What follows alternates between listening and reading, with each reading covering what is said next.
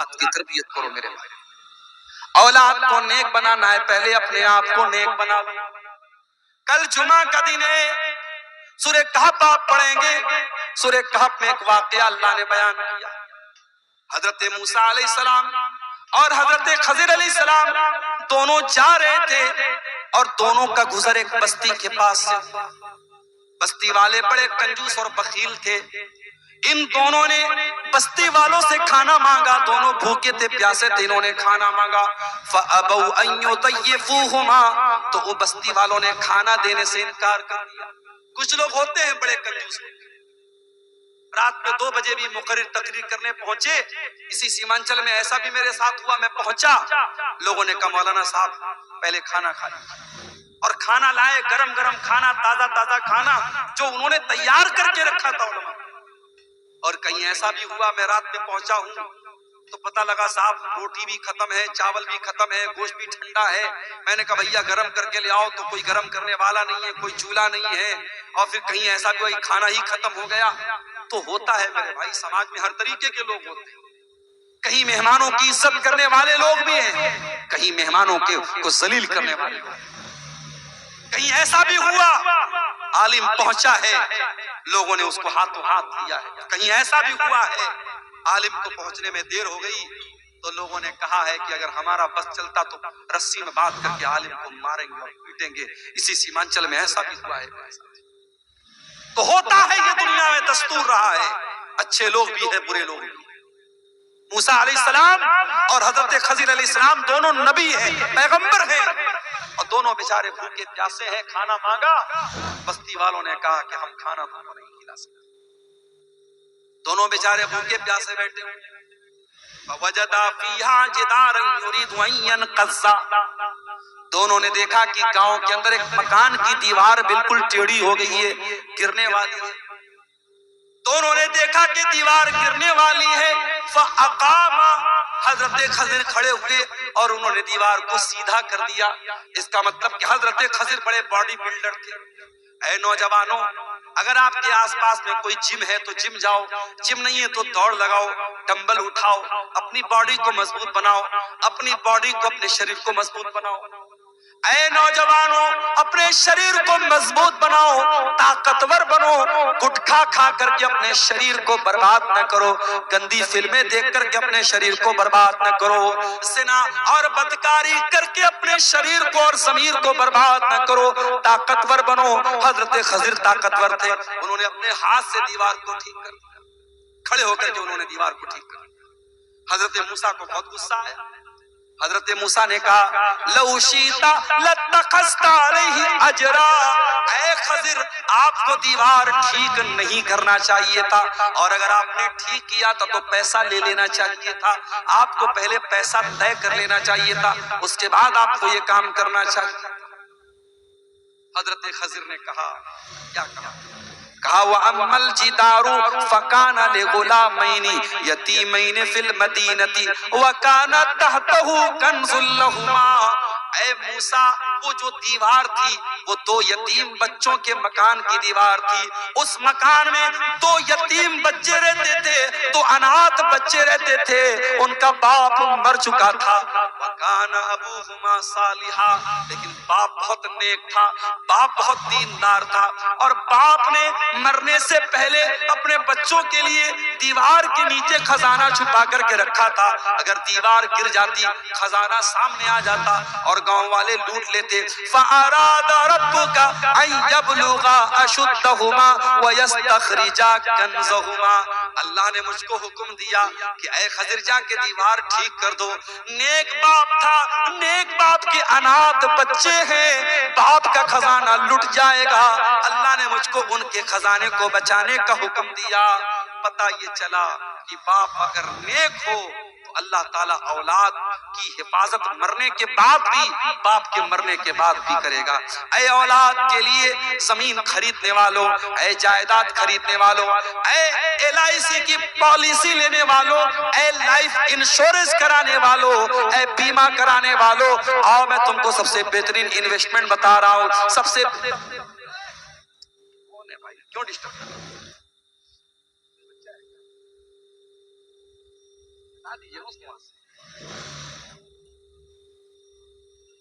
آپ اگر اپنے بچوں کے لیے انویسٹمنٹ کرنا چاہتے ہیں میرے پیارے ساتھیوں، سب سے بڑا انویسٹمنٹ کیا ہے؟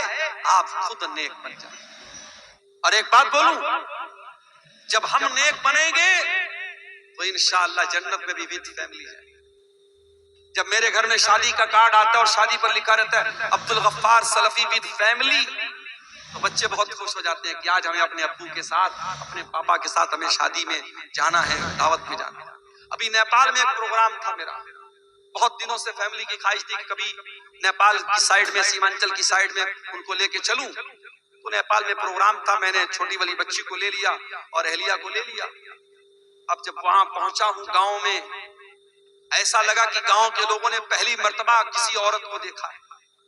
میری وائف جہاں جس گھر میں ٹھہری تھی، پورے گاؤں کی عورتیں وہاں آ کے لائن سے کمرے میں جا رہی ہیں اور میری وائف کو دیکھ رہی۔ میری وائف بیچاری پریشان، لمبا سفر کر کے آئی ہے، وہ آرام کرنا چاہ رہی، کمبل اوڑھ رہی ہے، عورتیں آ کے کمبل ہٹا رہی ہیں، ہمیں آپ کو دیکھنا ہے۔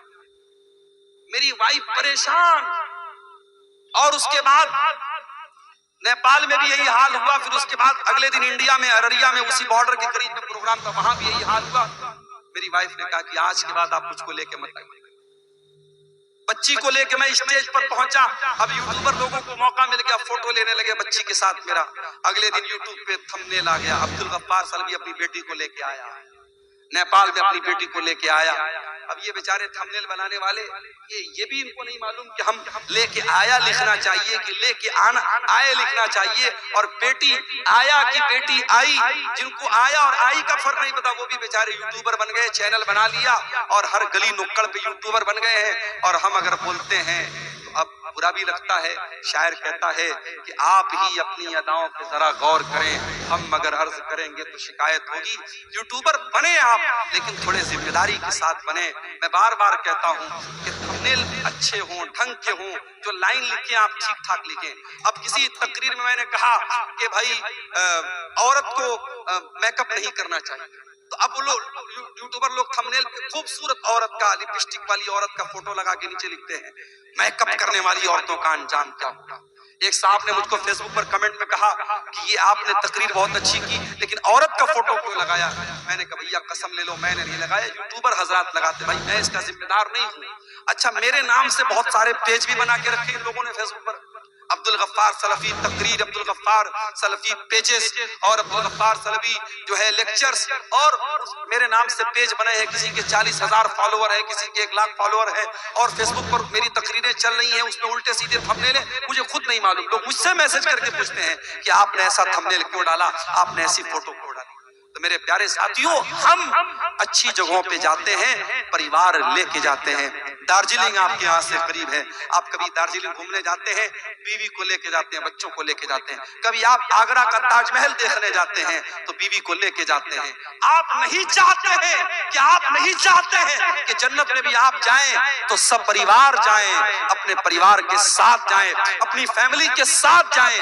اگر آپ جانا چاہتے ہیں تو آئیے، میں طریقہ آپ کو بتاتا ہوں، قرآن آپ کو طریقہ بتاتا ہے۔ والذین آمنوا واتبعتهم ذریتهم بإیمان الحقنا بهم ذریتهم وما التناهم من عملهم من شیء۔ اگر باپ ایمان والا ہے، باپ اگر نیک ہے، باپ اگر دیندار ہے، اللہ تعالیٰ جنت میں اس کی اولاد کو اس کے ساتھ ملا دے گا، اللہ پریوار کے ساتھ رکھے گا، اللہ بیٹوں کو باپ کے ساتھ رکھے گا۔ اگر باپ دیندار ہے اور اولاد بھی اپنے باپ کے طریقے پر چل رہی ہے۔ سعودی عرب کی سرزمین پر ایک بہت پیسے والا آدمی تھا، اس نے ایک دکان کھولی، دکان کا نام اس نے البیک رکھا۔ البیک میں اس نے ایک چکن کو فرائی کر کے بیچنا شروع کیا۔ اب آپ کے سیمانچل میں تو چکن کا مطلب ہے سالن بنا دو، ڈھیر سارا جھول ڈال دو اور نمک ڈال دو، یہ صاحب ہو گیا۔ دیسی مرغا اچھے، پولٹری اچھے۔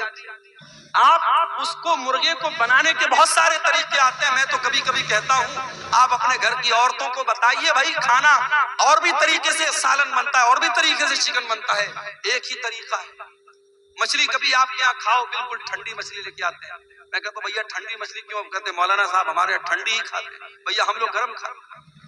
کہیں جاؤ تو لوگ کہتے ہیں مولانا صاحب روٹی کھاوے نہ چاول کھاوے. ہم کہا دونوں کھاو، ہم دونوں کھاو، چاول بھی کھاو روٹی بھی کھاو، ہم لوگ دونوں کھاتے ہیں. بھائی مچھلی لائے، مچھلی میں آنکھ بھی لگی ہے. میں نے پوچھا بھائی یہ آنکھ لگی ہے، کم سے کم آنکھ تو نکال دیتے. بولے مولانا مچھلی کھائے گا تو آنکھ مضبوط ہوگا. میں نے کہا لو بھیا، ہمارے یہاں چھوٹی مچھلی بھی ہو تو اس کی آنکھ نکال دیں گے، پیٹ کی گندگی نکال دیں گے، یا پوری مچھلی بنا دیں گے. پھر جب پلیٹ میں آئے گی، ایک بہت پہلے میں 2009 سے آپ کے سیمانچل میں آ رہا ہوں، ایک بار پروگرام میں آیا، ایک جگہ دیسی مرغا بنا تھا. اب مرغے کا جو پیر ہوتا ہے، پیر تو بناتے ہیں آپ لوگ، اچھی بات ہے، پیر کے ساتھ ساتھ اس کا ناخن بھی غلطی سے اس پہ رہ گیا. اب ناخن میں نے دیکھا صاحب، مجھے تو بالکل عجیب سا لگا. کئی دنوں تک تو مجھے مرغا کھانے کا من ہی نہیں کرا. تو کھانا بنانے کے بھی بہت سارے طریقے ہوتے ہیں. آپ اپنے گھر کی عورتوں کو بتائیں، آج یوٹیوب پر موجود ہے، آپ چکن بنانے کے سینکڑوں طریقے ہیں. آپ الگ الگ ریسیپیز سے بنائیں میرے پیارے ساتھی، الگ الگ طریقے سے آپ بنائیں. آپ دیکھیں کہ کھانے پینے کے یہ طریقے جو ہوتے ہیں، یہ آپ کو، آپ کی فیملی کو، آپ کے پریوار کو میرے پیارے ساتھیوں اچھے لگتے ہیں. اور انسان جب اچھی چیزیں کھاتا ہے سوچتا ہے پریوار کے ساتھ کھاؤں. کیا آپ نہیں چاہیں گے کہ جنت میں بھی آپ اپنے پریوار کے ساتھ جائیں؟ قرآن کہتا ہے والذین آمنوا واتبعتہم ذریتہم بایمان، جو ایمان والے لوگ ہیں اور ان کی اولاد بھی ان کے نقش قدم پہ چلنے والی ہے اور اولاد بھی ان کے طریقے پر چلے گی، ہم جنت میں ان کے پریوار کے ساتھ ان کو رکھیں گے. میرے پیارے ساتھیوں، آپ نیک بن جائیے، آپ دیندار بن جائیے، آپ کے بچے آٹومیٹک نیک بنیں گے اور دیندار بنیں گے. آج حالات کیا ہے؟ کتنے گھر ہیں جہاں ایک آدمی بھی نماز پڑھنے والا نہیں، ایک آدمی بھی نماز پڑھنے والا نہیں ہے. پورا گھر بہت شاندار بنا ہے، ٹائلز بھی بچھائے گئے ہیں، بہت بہترین پینٹ بھی لگایا گیا ہے، گھر میں جھومر بھی لٹکایا گیا ہے، مسیری بھی بہت بہترین بنائی گئی ہے، بہت اچھا فرنیچر بھی بنایا گیا ہے. لیکن اس گھر میں میرے پیارے ساتھیوں اگر اللہ کا کوئی نام لینے والا نہیں، اگر اللہ کا کوئی ذکر کرنے والا نہیں ہے، وہ گھر مردہ ہے، مردہ ہے، مردہ ہے. اللہ کے پیارے نبی فرماتے ہیں مثل البیت الذی یذکر اللہ فیہ والبیت الذی لا یذکر اللہ فیہ، جس گھر میں اللہ کا نام لیا جائے وہ گھر زندہ ہے، اور جس گھر میں اللہ کا نام نہ لیا جائے وہ گھر مردہ ہے. میرے پیارے بھائیوں، آپ کے گھر میں ٹائلز ہو یا نہ ہو، آپ کے گھر میں جھومر ہو یا نہ ہو، آپ کے گھر میں آرام دہ بستر ہو یا نہ ہو، لیکن کوشش یہ کرو کہ آپ کا گھر مردہ نہ ہو جائے. اپنے گھر کو نماز سے زندہ رکھو، اپنے گھر کو اللہ کے ذکر سے زندہ رکھو. اور جب گھر والی تلاش کرو، آج کل گھر والی کہاں تلاش کی جا رہی ہے؟ انسٹاگرام پہ. ارے جو انسٹاگرام چلا رہی ہے وہ تجھ کو کتنا چلائے گی؟ جو فیس بک چلا رہی ہے، جو social media per I D بنا کے چلا رہی ہے، وہ کل تجھ کو کتنا انگلی پر نچائے گی تو سوچ. اب تو وہ دور آ گیا کہ صاحب میں نے سنا ہے کہ ایک ایک لڑکے کی اور ایک ایک لڑکی کی کئی کئی آئی ڈی ہوتی ہے، اور کتنے لڑکے لڑکی کی آئی ڈی بنا کے اپنے ہی دوستوں کو بیوقوف بنا کے ایک ایک سال کا ریچارج کروا لیتے ہیں. صاحب چل رہا ہے مارکیٹ میں. جس کے موبائل میں ریچارج ختم ہو گیا، لڑکی کے نام کی آئی ڈی بنایا، دوسرے دوست کو میسج کیا، ہائے ہیلو کیا، سلام بھیجا، اور اس کے بعد جب دیکھا کہ ہاں معاملہ بن گیا ہے، ارے یار میرے موبائل پہ ایک سال والا ریچارج کرا دو، 800 روپے کا یا کتنے کا 3600 کا شاید ریچارج آتا، ریچارج کرا دیا، آئی ڈی ختم، بات ختم. یہ چل رہا ہے ہمارے. میرے پیارے ساتھیوں، جب آپ نکاح کے لیے رشتہ تلاش کریں، میں معاف کیجئے گا نوجوانوں سے نہیں کہہ رہا ہوں، ان کے گارجین سے کہہ رہا ہوں، کیونکہ اسلام نے آپ کا رشتہ طے کرنے کی اتھارٹی آپ کے ماں باپ کو دی ہے. اسلام کی یہ تعلیم نہیں ہے کہ آپ جا کر کے رشتہ تلاش کریں. جب میری پیاری ماں بہنوں اپنے گھر کے لیے بہو تلاش کرنے جاؤ یا اپنی بیٹی کے لیے داماد تلاش کرنے جاؤ، اللہ کے نبی کیا فرماتے ہیں؟ آپ نے فرمایا اذا خطب الیکم ممن ترضون دینہ وخلقہ، جب تمہارے لڑکا لڑکی کے لیے اچھا رشتہ آ جائے، دیندار رشتہ آ جائے، فزوجوہم فزوجوہ، تو جلدی سے تم نکاح کر دو، الا تفعلوا، اگر تم ایسا نہیں کرو گے تکن فتنۃ فی الارض وفساد عریض، تو زمین کے اندر بہت فتنہ اور فساد پھیل جائے گا۔ آج کتنی خوبصورت، کتنی دیندار بچیاں ہیں، کتنی دیندار لڑکیاں ہیں، اگر ان کی شکل و صورت میں کچھ کمی ہو جائے، کسی کی ہائٹ تھوڑی کم ہو جائے، کسی کا رنگ تھوڑا ہلکا سانولا ہو جائے، ان لڑکیوں کے رشتے نہیں لگتے میرے پیارے ساتھیوں۔ وہ جتنی بھی پانچوں ٹائم کی نمازی ہو، عالمہ ہو، مدرسے کی پڑھی ہو، لیکن لوگ رنگ پہ مرتے ہیں، لوگ صورت پہ مرتے ہیں۔ شاعر کہتا ہے اس دور کے آدمی ادھورے ہیں، صورتیں تو ملتی ہیں سیرتیں نہیں ملتی۔ اس دور کے لوگوں نے آج صورتوں کو معیار بنا کے رکھا ہے، سیرت کو معیار نہیں بنایا ہے۔ نتیجہ یہ ہے کہ اچھی دیندار اور کیریکٹر والی بچیاں بیچاری وہ بیٹھی ہیں، اور جو کیریکٹر لیس ہے، خوبصورت ہے، اس کی خوبصورتی پہ لوگ مر میٹے ہیں۔ میرے پیارے ساتھیوں، گھر کو اگر ایک اچھا گھر بنانا ہے، پریوار کی ایک اچھی تربیت کرنا ہے، ابھی آپ کا بچہ دنیا میں نہیں آیا ہے، ابھی شادی نہیں ہوئی ہے، شادی کے پہلے ہی اسلام کیا کہتا ہے؟ اگر آپ ایک اچھے باپ بننا چاہتے ہیں، اپنے ہونے والے بچوں کے لیے ایک اچھی ماں کا انتظام کیجئے، ایک اچھی بیوی اپنے گھر میں لائیے۔ کیسی بیوی لائیے؟